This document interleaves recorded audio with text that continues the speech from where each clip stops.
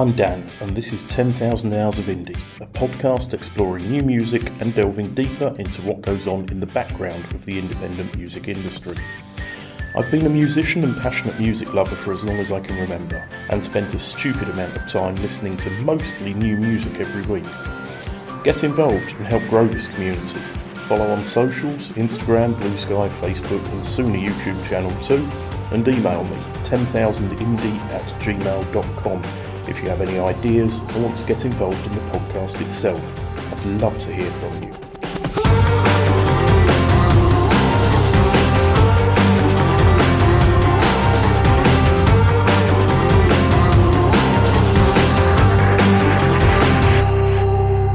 Silveroller are a five-piece rock band hailing from the four corners of the UK, made up of Johnny Hodson on vocals, Kenny Tashley on guitar, Joe Major on drums, keys and guitar, Lucas Tadini on organ, and Dill Evans on bass. They claim Silveroller are the new band that you have been waiting for, and that may well be true.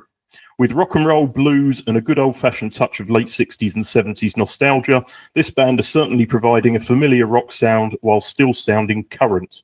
I first heard about the band when their single Black Crow was released last month, taken from last year's EP At Dawn. I'm chatting with the band's singer Johnny about their lofty ambitions. Hi Johnny, welcome to the 10,000 Hours of Indie podcast. Thank you very much, man. Good to be here. How you doing? Yeah, good, man. Good. It's been a busy start to the year. We were out on the roads March, April, then we had some festivals, got a little bit of downtime now, and kind of making plans for the rest of the year. Excellent. So, first question, what is a Silveroller? Yeah, good question. It's the good thing for us is it's nothing. It's us, and when we were naming the band, I was really keen on having unique branding. And I'd kind of set as this task of like, it has to be an Aerosmith or a Supertramp kind of name. But then you've got to think of an Aerosmith or a Supertramp, which isn't that easy. And then, long story short, I'd seen Paul Rodgers talking about naming Bad Company, and he said he'd got the idea from a Western film. So I Googled this list of Western films, and silver is like a prefix kept coming up. And our drummer Joe had mentioned doing like something like a motion word. And then Silveroller just kind of fell into our lap. And then we sat on it for a little bit. And then that was the one that was like, we Googled it. There was no one out there. We put it through Spotify. There's no one on there, and then that was the one that stuck. It sounds kind of ethereal, and it sounds kind of like it could be like if there was like a 50s Cadillac, like the Cadillac Silveroller, you wouldn't question that. You know what I mean? It sounds or a big old steam train or something like that. So I thought Silver Rolls Royce when I first heard it. Well, yeah. Do you know what I mean? It's got a few connotations, and it kind of evokes a bit of an image. So. Yeah, that's the one that stuck. But to answer the question, it isn't anything. It's just us. And it's better than Keylock, which was your previous name. Yes, it is. Yeah, that was a name that I never really wanted. I found out about. I got told that by an old manager I've been writing with Aaron, and we went to a management meeting, and they told us what the band was going to be called. And I remember thinking, well, that's not what I signed up for. So, but we got there in the end. I think one of the hardest parts of being in a band is finding the name, to be fair. Yeah, and I've seen some names on bills that I've just been like, there's 4 people in that room. Who was the guy that wasn't told that that's rubbish? Do you know what I mean? Like, yeah. Someone needed to have just gone, that's not good enough, that, mate. That's crap. Well, I always thought I should form a band called To Be Announced, and we could just turn up at any show and say, we're on the bill. Yeah, nice. Yeah, I had a mate who wanted to call his band Exit, so his name would always be up in lights. Fantastic. Yeah. So you said in an interview last year that Silvertone is the UK's reply to Greta Van Fleet, even. I mean, that, you know what journals are like, man, that's a slight misquote. Like, our kind of thinking is that there's been this kind of transatlantic conversation forever since the blues started making its way over to the UK. The UK and the US have been bouncing music backwards and forwards across the Atlantic. And to my mind, we haven't really sent anything back since Greta. And there's also, Rival Sons as well as Greta and Blackberry Smoke. And we haven't had a band get over there and really make a noise. And I'm looking at like kind of bands that are like my heroes, like Bad Company and the Faces and people like that. They all went down well over there, do you know what I mean? And the Who with the Stones. My dream, because I'm a big blues fan, man. Like, to me, Muddy Waters is just the best thing ever. We want to get out there and make a noise at some point, and I don't feel like I'm going to rest properly until I've been to Chicago and played in Chicago, because to me, that's where popular music was really invented. It's where the blueprint was laid down, So, yeah, for me, that's what we want to get over there. You know what I mean, and make a noise. But we've got to do Europe first. Yeah, we'll come to that in a little while. So do you consider Greta Van Fleet an influence, and do you have other influences that really sort of shaped your sound? I think you influence subconsciously by, I think, everything you listen to as a songwriter. You know what I mean? You're influenced by stuff you read and just like stuff that's on a TV or in popular culture. But I wouldn't call Greta like a main influence of ours. They're a great band, but I think we're pulling water from the same well that they are. I think they're looking back into the same kind of stuff that we're looking into, and probably have the same, like if we sat down, we'd probably have very similar influences. Like they're very Zeppelin influenced, and so are we. Do you know what I mean? Like we love Zeppelin. But the main influences of the band, I think that would depend on who you spoke to each person. Like for me, Paul Rodgers is a hero of mine. Rod Stewart, we love Rival Sons. Again, like the Who, the Faces. But I'm really into blues, man, and I love soul. But everyone you listen to, like when there's a playlist on in the bus, it's usually, there could be a couple hundred artists on there. There's it's quite a smorgasbord of influences, which is what I think makes it interesting. Absolutely. I think the more influences you have, the better band you can be, because you're taking little bits from everywhere. And also, it means people don't necessarily recognise the riff you've nicked from somewhere as well. Yeah. Well, yeah, no, exactly, man. Like, speaking of Greta, man, like they were just battered with the Zeppelin thing, and it worked for them. Do you know what I mean? And yes, it was in there, certainly in a guy's vocals, Josh's vocal. I think his name's Josh. His vocals were very kind of Robert Plant. But everyone's compared to everyone, do you know what I mean? And I think that's what makes people comfortable, is you go, oh, it sounds like this and this, you know what I mean? And yeah, man, I think there's a lot of influences for us, man, and it changes daily, do you know what I mean? Like the drummer's really into like Dolly Parton and stuff, do you know what I mean? But he's into all kinds, do you know what I mean? He's into a lot of country and a lot of rock and roll. But that's good, do you know what I mean? Because I'll come at it from one way and he'll go, what about approaching it from this direction instead? And that's the fun bit, man, is when you start arguing about stuff. Oh, no, absolutely. I mean, if every band listened to the same music, it would be dull and you'd never get anywhere, because you'd constantly be comparing yourself to other people. Yeah. Oh, I mean, that happens, do you know what I mean? Like that happens. Like we get the Faces and Bad Cola, which is fine, do you know what I mean? Like I love both of those bands, and if that's what people dig. That's what people dig. If they want to kind of put that on us, that's fine by me. Well, that brings me to the next question, which is, why do you think so many newer bands are trying to perfect that sort of retro classic rock sound? I don't know if they are. I don't think we are. We never sit down and kind of go, hey, let's write a song that sounds like Free. You know what I mean? It's just the amalgamation of the influences. Like I think one of the Allman Brothers, kind of a which Allman Brother, but said like if you listen to good things will come out. I think it's just what they are, the blueprint. You know what I mean? They are the guys that laid it down for us. When Free played The Hunter, they thought they were doing a really kind of like spot on cover of Albert King's The Hunter, and it was only when they went back and listened to it after they'd recorded it, they kind of went, "There's nothing like it. It's nothing like it." You know what I mean? But not like to be honest, like we're not trying to perfect any kind of old sound. Like our MO when we go into the studio is this has to sound fresh and modern and new. I think really the older sound comes from the techniques that probably we use. Like we don't play to a click. There's not like a million things going on. There's no gizmos and gadgets playing stuff. It's just us playing. And we kind of take that into the studio as well. Like we try to play as much of it live together as we can. It's like a conscious decision of, especially early on, like eventually I'd love to go and record on tape. But at the moment it's too expensive and I don't want it to sound old. Do you know what I mean? I want it to sound fresh, new. It needs to stand up to contemporary stuff, because that's what we are. We're a contemporary band just because we've got daft haircuts and big pants.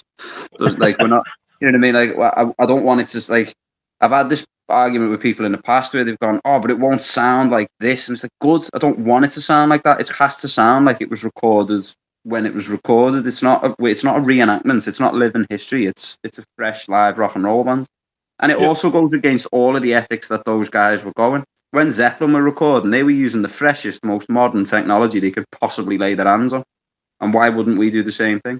Yeah, I was watching the Becoming Zeppelin actually the other day, and it's exactly what you say. I mean, they were just pushing the boundaries and pushing the boundaries, and there's a lot of bands doing that, but you've still got that, I guess, because of, again, your influences. That's sort of what molds the sound, but you can move forward with that sound. So yeah, exactly. Like our MO for the record that is out at the moment for Dawn was it has to be traditional methods with modern technology. So it has to be us playing together. And a lot of producers are really confused by that because so many bands these days, the drummer will go in with the bass player and lay all that stuff down. Then the guitar player will go in the next day. Then you have 2 days on vocals, then overdubs and blah, blah, blah, blah.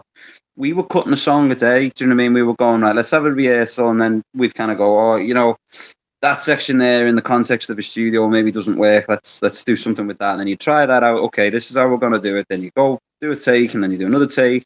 Then then we'd all go for lunch or whatever, and the guitar player would do some of his stuff, and then come back, do some vocal takes on it. I think it confused people, like it confused producers because it's like, what, you want to play together? It's like, yeah, Yeah, that's the point of being in a band. Yeah, yeah. That's why we're here. Yeah. So as I mentioned in the intro, you're from all over the UK, and I read that you rarely get the chance to practice together. How does it all work? With great difficulty, man. You know what? Like I've been in a band where we're all based, around the corner from each other, and just speaking from my experiences, what tends to happen is quite a lot of procrastination. I mean, we were all rampant pissheads at the time, but what tends to happen is you blast through the current set, you do maybe a song you haven't touched for a while, and everyone starts drinking and fucking about, and then nothing really gets done, from my memory of it. But with this band, man, there's a purpose to it, you know what I mean? Like if we're getting together in a couple of weeks to tidy up some demos that we've had for a while because we're trying to gear up to make another record. So there's a purpose to it, and everybody knows that first of all, it's time and money, and everyone's got to travel. So no one wants to let anyone down. So everyone's going to go in. Like the amount of rehearsals I've been in with local bands that you get there and you go, oh, is everyone going to listen to that thing? And then, one guy will go, oh, yeah, I don't really know it. Or there'll be another guy that goes, what key is it in? And you go, oh, my God, like this is time and money. This is valuable. We should be using it. You shouldn't be learning the song here. You should have learned the song, practiced at home, and we rehearse here. So it definitely works smarter than I think I've personally worked in that context before. And it's good as well because it means we're not all fed up of each other. Do you know what I mean? We're not all sick of the sight of each other. Yeah. I'm sure Dill's probably sick of the sight of me. Me and Dill see each other quite a lot, obviously because he's up here in Liverpool. But that's good, do you know what I mean? Like we are friends as well as we are like kind of colleagues in the setting of a band.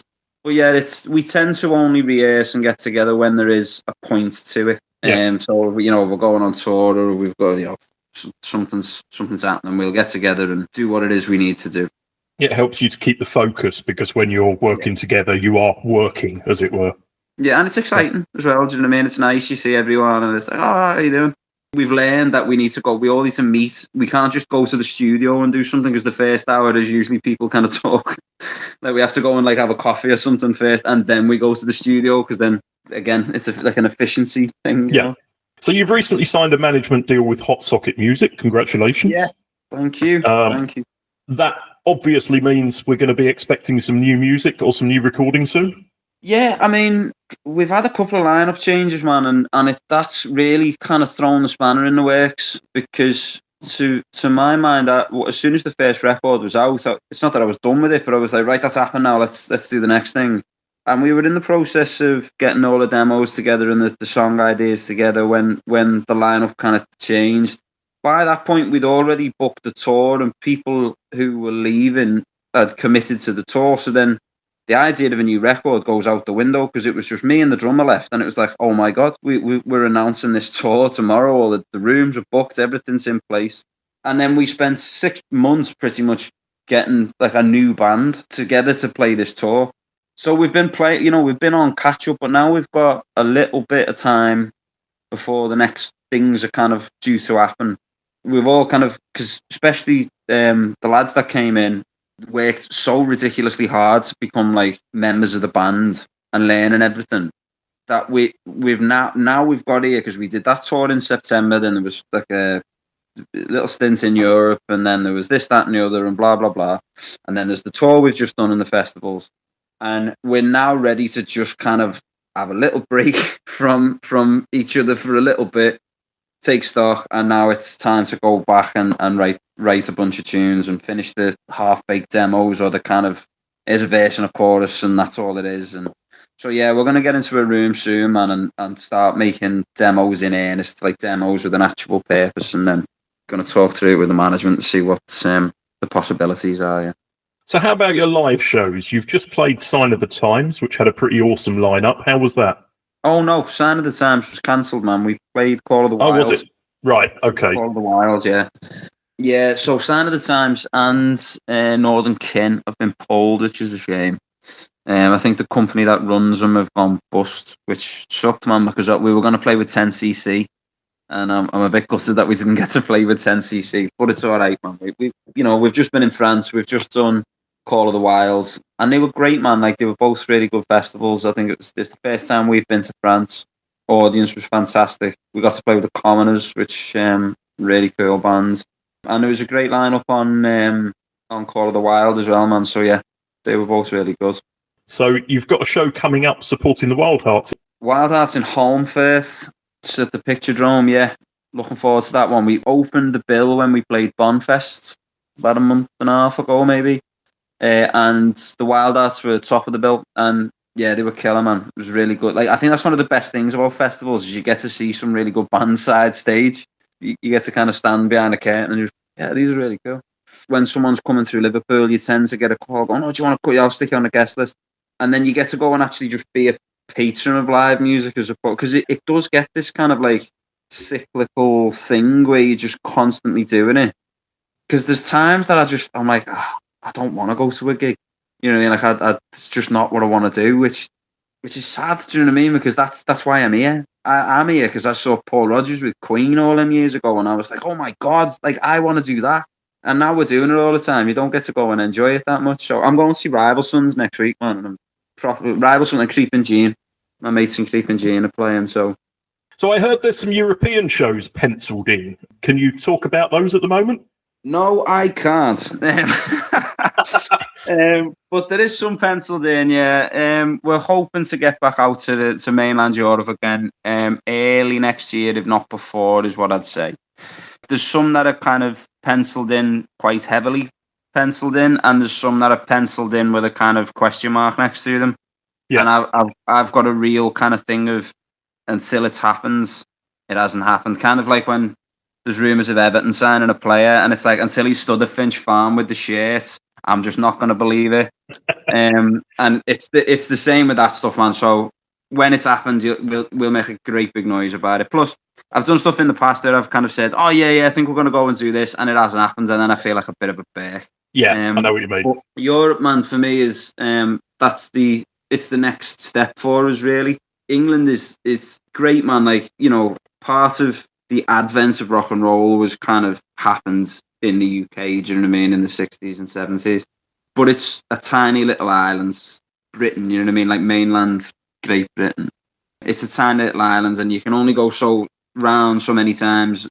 I don't mean I'm bored of it, I'm really not. I mean, it's good to expand, do you know what I mean? It's good to expand. Oh, yeah. And like, we've had a little taste in the Netherlands and in France, and I've done stuff in the past. Like, I toured Germany and Switzerland with my old blues band back in the day.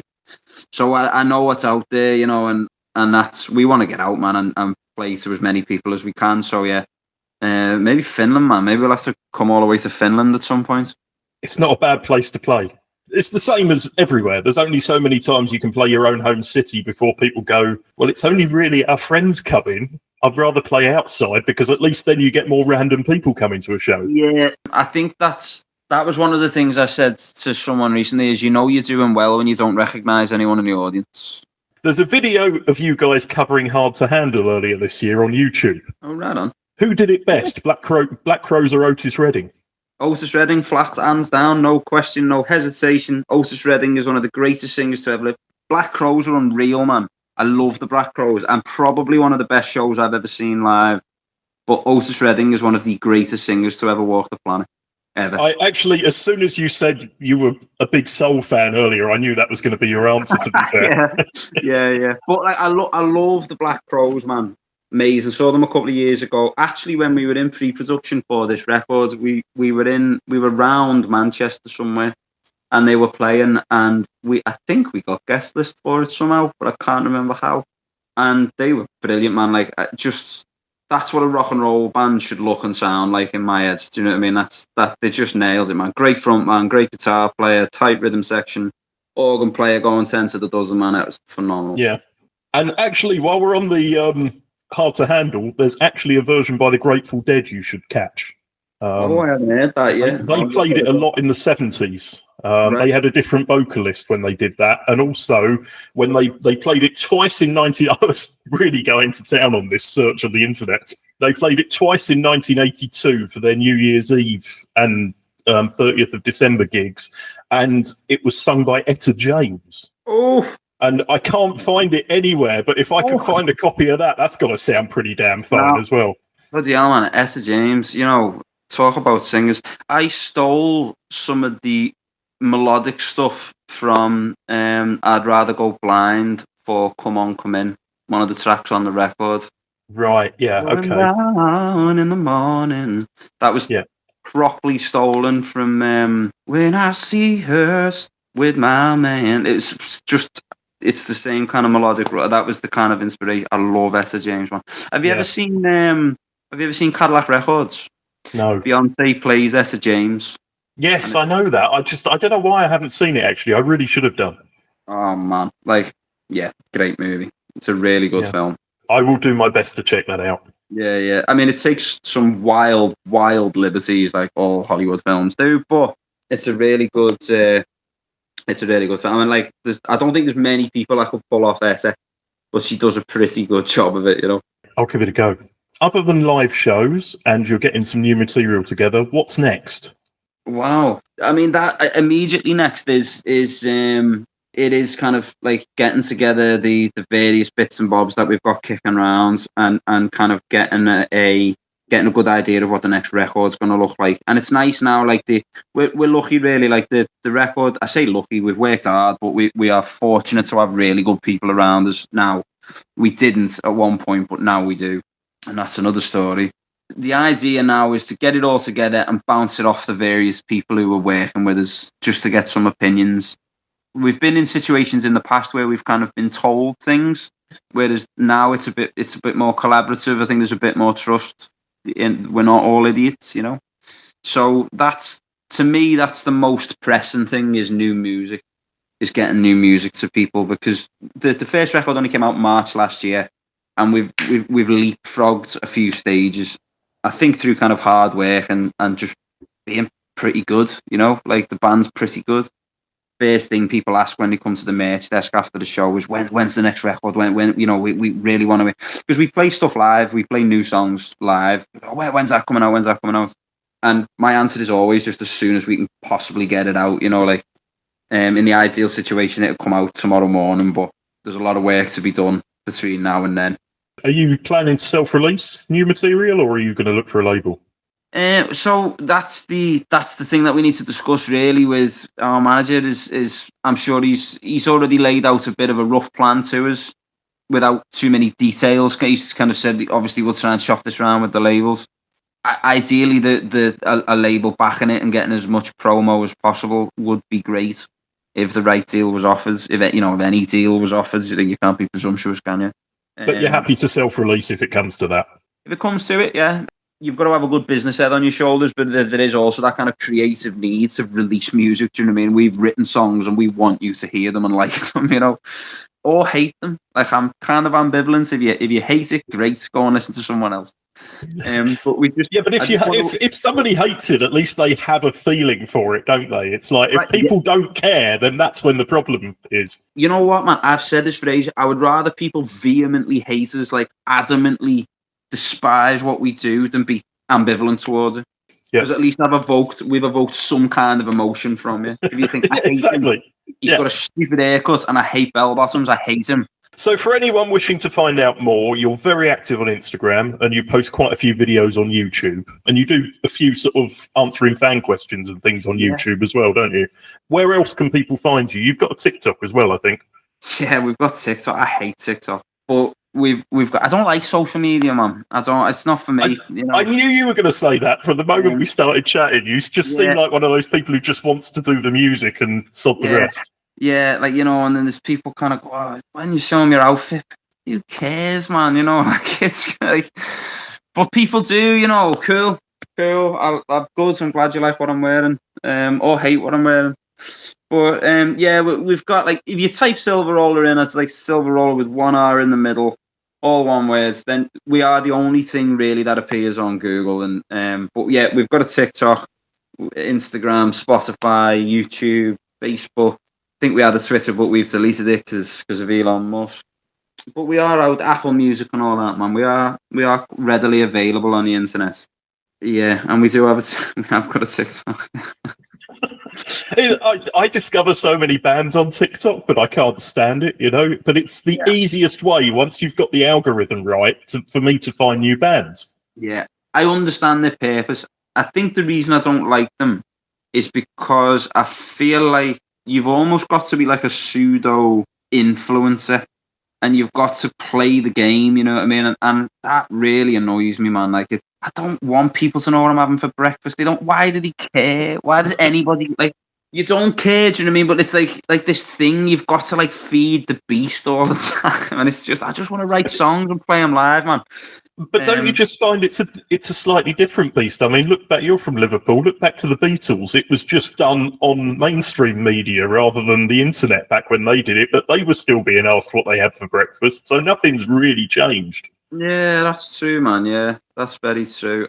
And I think kind of the problem in general is that we all are living so kind of attached to it, you know what I mean? And so kind of, like, people can't separate real life with social media and social media with real life. You'd be driving down a country lane or something, and if you'd be sat there, like, scrolling the phone, you're like, are you mental? Look how beautiful the surroundings are. Like, I get very few greater pleasures on the road than seeing cows, man.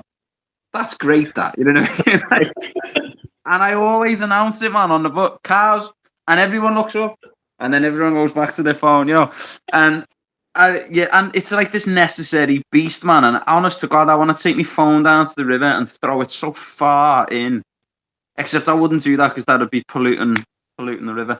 But, like, I just hate them, man. Like, it's boring, man. And you got to be attached to the damn thing all the time, Anyway, people can find the band on social media.